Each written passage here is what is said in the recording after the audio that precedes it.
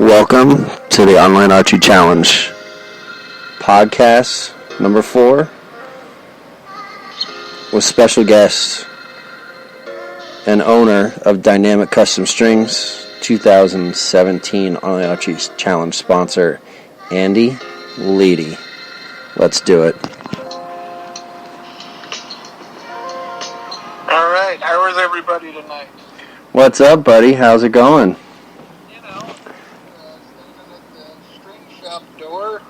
Looking at how much rain we've had, which is an unreal amount, about 6 inches in 4 or 5 days.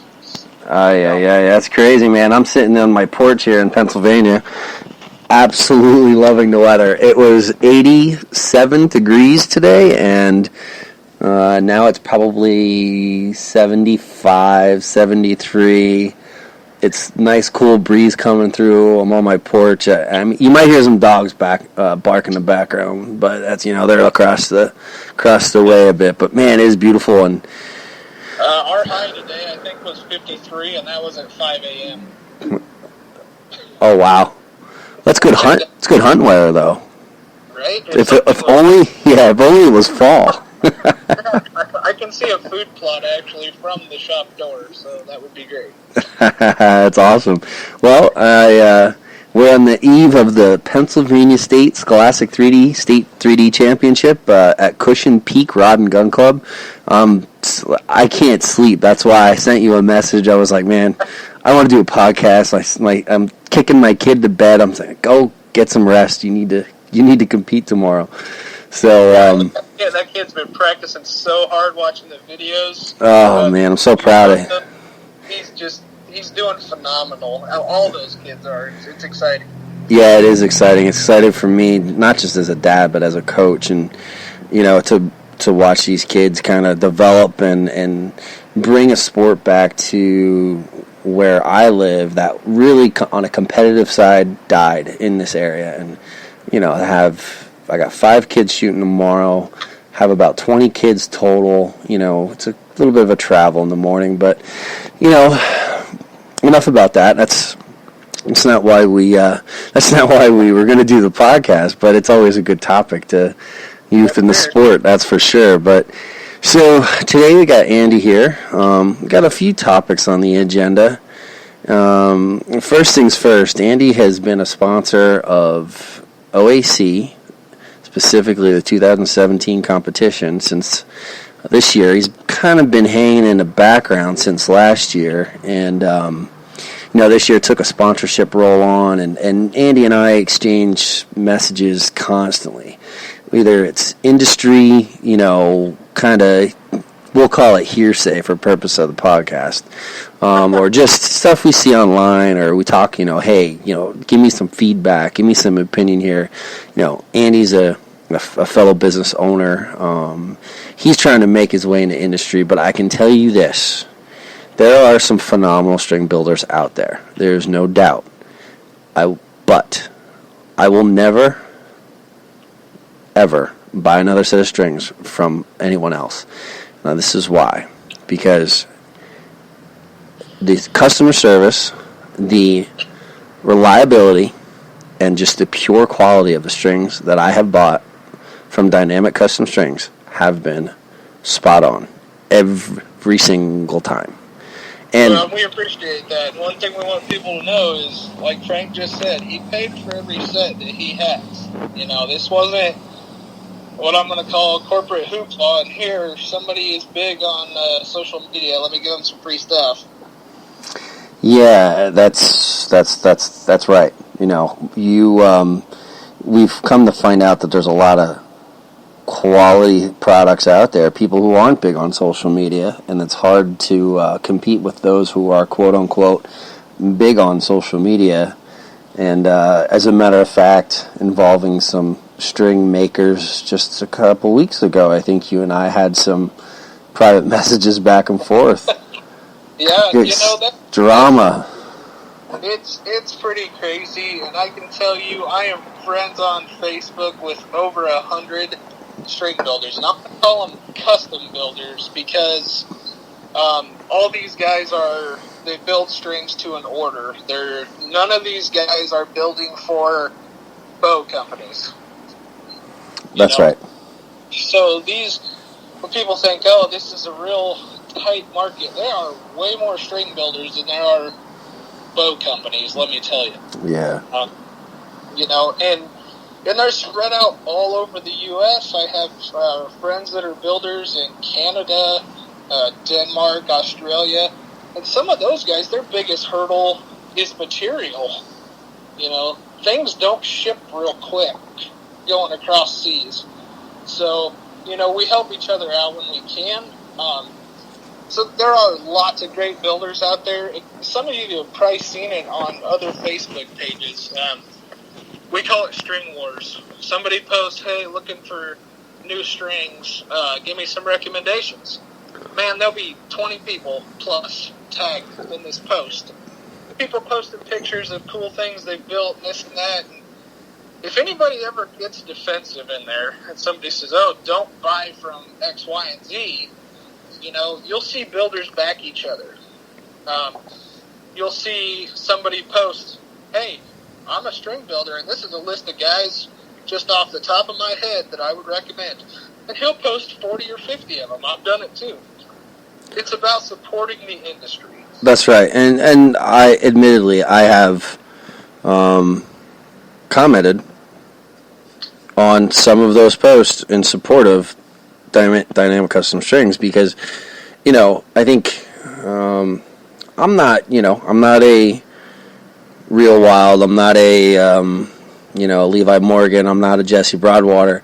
But I shoot decently enough, and I can tell you I've, had some success hunting, and your strings have been on my bows, both of them, both my hunting bow and my target bow, and literally, man, it's just a no-brainer. And on my wife's bow, on two of my other coaches' bows, on a friend of mine locally, Ken Sane, he just bought some for his PSE.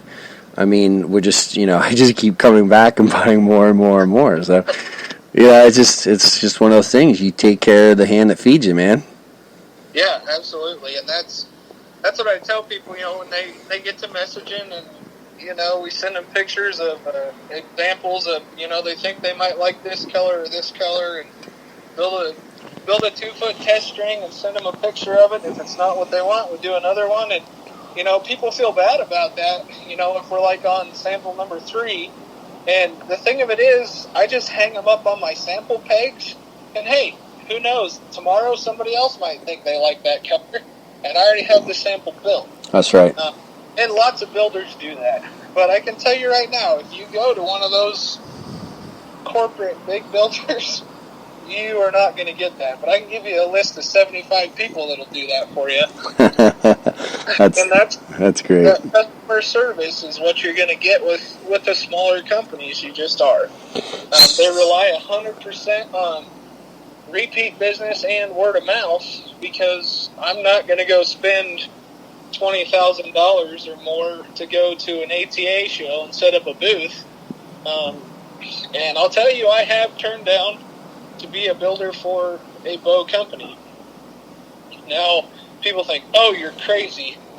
You know what? The best thing about being a, quote, custom builder is to deal with each customer on a personal level. I answer every message on Facebook myself. I build every string, cable, whatever myself. I have a wife and 2 kids, and my wife looks at what I do and she says, you're crazy. I don't know how you do it. We have staffers that may, ping us in a post somewhere and suggest us, but those guys, most of them are scattered across the U.S. and Canada. Yeah. I have a couple local guys, but they don't come in and help build strings. This is just me. Yeah. It's funny that my wife tells me I'm crazy too with online archery challenges. Dude, it's the industry. I guess it's kind of a welcome to the club, because she tells me the same thing. But so, well, I'll tell you. With that being said, what do you think of the competition so far this year? You know what? It's crazy, and it blows my mind. Team APA up there in Canada just crushing people. And then is it Beast Mode that's number 2, or maybe it's the Mafia? I don't know. Those guys are you're all just awesome. Oh my gosh, it's great, man. The dedication out there, is really amazing to watch. I have to say though, this week, huge shout out to Carol Taylor of Team APA. How about that, man? Carol Taylor, for the listeners, Carol Taylor is 70 years old. She lives in British Columbia, Canada. Her son Clint is hugely, is that a word? Largely involved in OAC. And she shot her first ever Canadian black bear this week. And I believe it was this week, maybe it was over the weekend. I'm not sure which day it was. And it was awesome. Shooting her APA, I think it's a Rattler, is the model of the bow. And she calls it Kermit, is its nickname, the bow's nickname. And this is the same lady who's only been shooting for, I think maybe, and Clint can correct me on this, I think maybe 3 years now. She started just before last year's competition and got heavily involved in OAC last year. You just can't, I don't care what direction OAC ever goes in on a business side. The competition will always remain free for as long as I humanly can possibly keep it that way. But when you see things like Carol Taylor shooting her first, Lord knows that OAC has nothing to do with her physically going out there and shooting that animal, but it does play a small part in the amount of arrows she has shot and the preparation going into it. So, that in itself makes all of the hard work and all of the tit for tats and a little bit of the drama every once in a while, it makes it easier to manage, knowing that there's a lot of good coming from it. You know what I mean? Oh, absolutely. And you and I both being coaches, especially in the archery industry, I can have a night coaching kids where I'm ready to pull my hair out. Like, I don't know what you guys are doing, why you won't listen. Whether they're just... And it's not making poor shots. It can be behaviors and attitudes. And then there may be a kid that has been struggling from day one, and all of a sudden the kid dumps 2 in the X-ring, and I'm doing backflips, and I weigh 280 pounds. If I'm doing backflips, it's a real deal, That's great. That's all I need to keep going, is to have a kid put a smile on his face, and it's like, man, do you see that? I'm like, see that? Get up there. We are taking pictures. That's great. The best thing about archery is, in my prime when I was younger, and I'll blame my kids. Before I had kids, I was much skinnier and got my bow a lot more, and I was definitely a better shot than I am now. But it was being able to still compete. I walk up to the line, I might be 20 years old and shooting 358X every day. And the guy shooting next to me might be 70 years old, and he has to sit down between ends because he has a breathing issue. But you know what? He's out there and he's doing something. Now, he might not be able to go swim laps or play baseball, but archery brings it together. Yes, sir. And meanwhile, Carol's out there shooting elk, shooting ground squirrels, shooting bear, shooting. I think she might have shot a mule deer last year. I don't know if that was with the bow or with the gun. But anyway, so yeah, huge shout out to Team APA, all the teams, Hoosier Daddies, they're killing it. Beast Mode's super active. It's just there's a lot of good stuff. Team 10X Hot Shots, the all ladies team, they're really doing well. So I just shout out to all of them for all their hard work. What I really can't wait for is the fall, for the deer seasons, antelope, elk, all of that. Just can't wait to see that stuff all start to come full circle. The only thing I'm going to complain about is, like, in Nebraska, I live in central Nebraska, there is literally,